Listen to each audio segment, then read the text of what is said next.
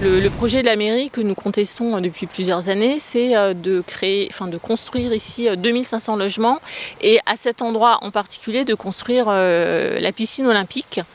Ce qui nous semble une aberration à la fois écologique, puisque c'est ici le seul espace de nature du quartier, avec de grands arbres qui ont plus de 50 ans, avec toute une biodiversité. Donc d'un point de vue écologique, c'est une aberration. D'un point de vue social, c'est une aberration aussi, puisque c'est un lieu qui est utilisé par les habitants. C'est un lieu qui sert.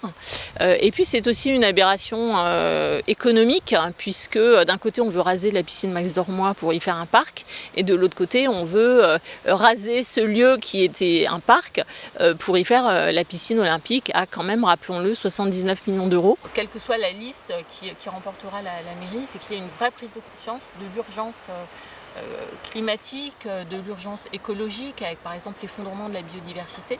Il faut savoir qu'une friche comme ça, c'est quand même un lieu sur lequel il y a 27 espèces d'oiseaux protégés, 2 espèces de chauves-souris. Nous voudrions que les décideurs politiques en prennent conscience et qu'ils réagissent rapidement. On n'a pas 10 ans pour changer, il faut changer maintenant. Et donc nous espérons que les municipales vont donner un coup d'arrêt à cette politique d'urbanisation assez délirante.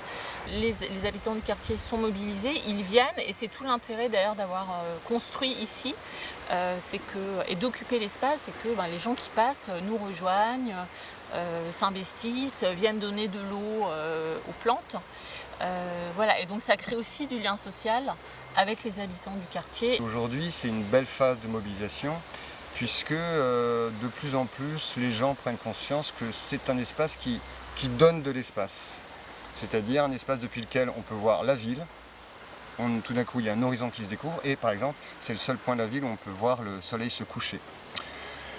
Dire aussi que c'est un vaste espace, que vous savez, c'est plus de 23 hectares avec le belvédère, et que donc chacune arrivant ici se demande comment c'est possible un tel espace en plein centre-ville, et qu'est-ce que moi je pourrais y faire, et ça donne lieu à quoi? À toutes sortes d'expériences, pour ne pas employer le mot barbare d'expérimentation. Non, c'est tout simplement des gens qui viennent et qui, avec ce qu'ils aiment faire, ce qu'ils savent faire, ou ce qu'ils apprennent d'autres, font toutes sortes de choses, artistiques ou écologiques, ou comme on voudra les appeler, mais en tout cas, chacun trouve sa place ici, et c'est déjà considérable.